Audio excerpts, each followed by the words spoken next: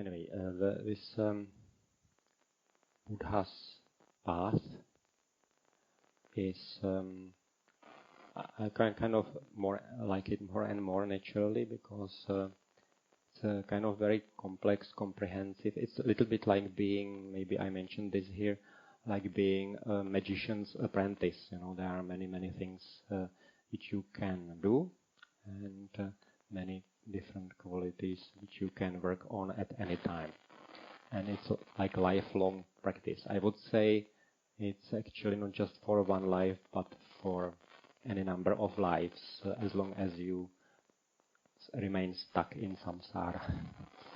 So hopefully all of us can stick to it in this life, and in the next life hopefully we also come across it. I believe that if we are intent on it, if we keep practicing in this life, and at the same time, if we from time to time have this aspiration to be reborn, to be associated with Dhamma again in the future, then in that way we are significantly increasing the likelihood of it. First of all, of course, by practicing dana, sila, bhavana well, we are increasing likelihood of being reborn in human realm or better. And at the same time, just being reborn in human realm is not enough, unfortunately, because many people don't come across Buddha's teachings, and that's complete waste of that life then. Unfortunately, also many people, it's great tragedy, for instance, if people think that there is just this one life. That also means that they don't believe in karma, action, result. This law of karma works, of course, also within one life. So many people who don't believe in a rebirth, at least they are trying to act in right way, simply because they know if they don't, they could have bad consequences within this life, like criminal investigations and so on. But unfortunately, some people who are very powerful and so on, they can arrange to avoid legal consequences, and then they think they are well off, that they can escape, the wrong results. That's very unfortunate. So even such people, even if they are reborn in human realm, they sometimes use it for accumulating lots of bad karma, and that's unfortunate. So we need to be reborn not only in human realm, but also in an environment where we come across Buddha's teachings. Nevertheless, if we keep practicing the Dhamma in this life, and if we have this aspiration, if we don't become arahats in this life, to be able to continue with Dhamma practice, we can have influence over it. Simply keep increasing likelihood of it in the future. That's possible. But I believe most of these Dhamma reflections, as I mentioned also already, is about right view. We need to have correct understanding of Buddha's teachings and of meditation and how it works. It's kind of interesting how many things I had to realize for myself, even though I already from the beginning I understood importance of having a teacher, and I had many teachers. Still, many important things I didn't hear from teachers for some reason.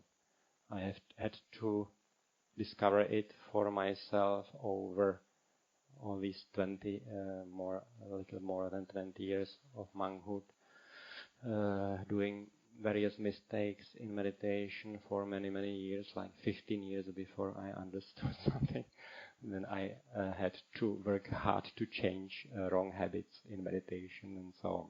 So it's, I guess, inevitable 25 centuries after the Buddha. It's not always ideal what the conditions we have. You know. And also, when teachers are teaching like to larger audience, we cannot know what various people in audience need to hear. So we can only, or teachers can only say something like general framework for practice. It's necessary to also to have, or should be possible, to have individual interviews with a teacher, to discuss personal difficulties, problems, and how to overcome them. But anyway, what I have spoken about here is more useful to anyone at any time. Mainly understanding that this thing about effort, not that we only need to find some reasonably relaxed way to make effort, which can be maintained without time limit.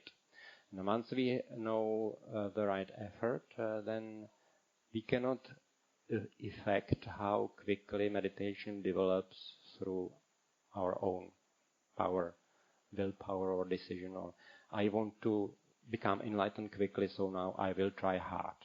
This is wrong. This I didn't understand for a long time. This came about in me through Mahasi meditation.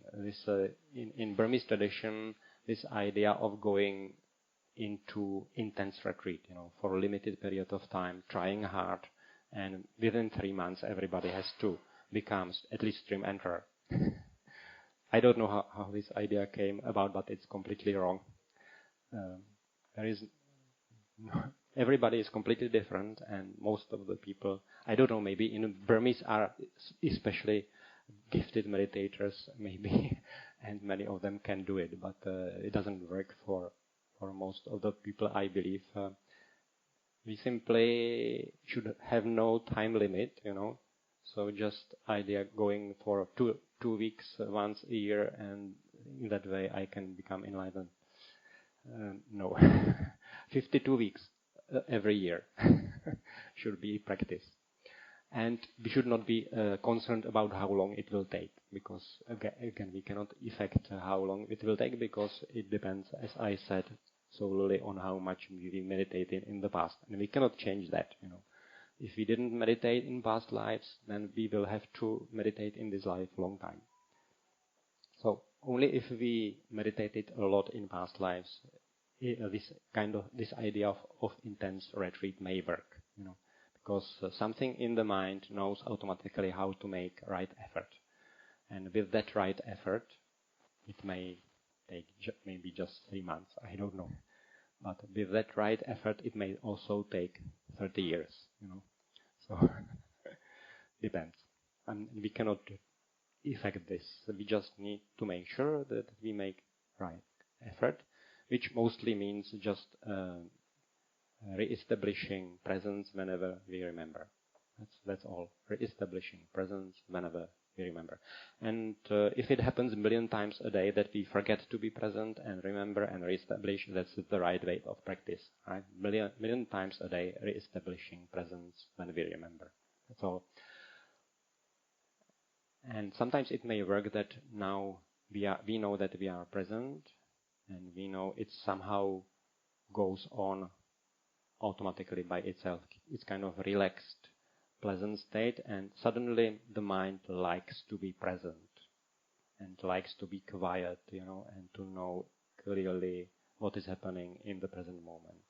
And this may go on almost by itself for 3-4 hours. So that's the right way. So in that moment, we should not. There is a mistake that meditators can make. That okay, now it goes well. What should I do next? They want to use this ideal meditation state to make progress. Huh? So this kind of desire needs to be caught, and we need to reflect. No, you cannot do anything more. Just be happy with this, and then you let the process unfolding by itself. But usually this doesn't last longer than like 3-4 hours, so that's fine. Then the mind returns back to usual state, so it keeps forgetting. And then whenever we remember, we again continue re-establishing presence. Even just a few seconds of presence is valuable at any time of the day. So that's all I have. May you succeed in growing the beautiful plant of presence and other mental faculties very well.